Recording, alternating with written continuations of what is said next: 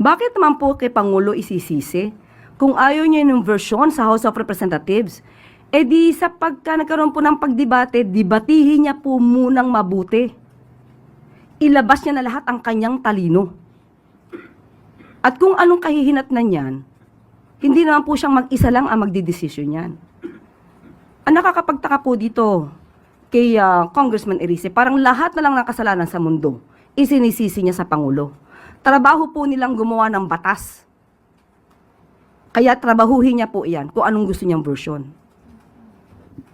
Ma'am, nabanggit niyo po dati na nag-usap si Presidente at si ES Recto doon sa posibleng mga probisyon na laman nitong bill na ito.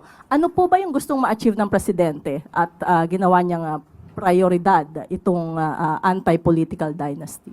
Katulad nung aking sinabi, yung pinakahuling LEDAC meeting po, yung po talaga ang inuna niya, na gusto niya po itong maipasa. At natuwa nga po siya na umaandar po ito at nung nag-report nga po si si Senator Riza Ontiveros na nagkakaroon na ng public consultation, ang nais lang po talaga ng Pangulo ay mapabilis. At kung ano ang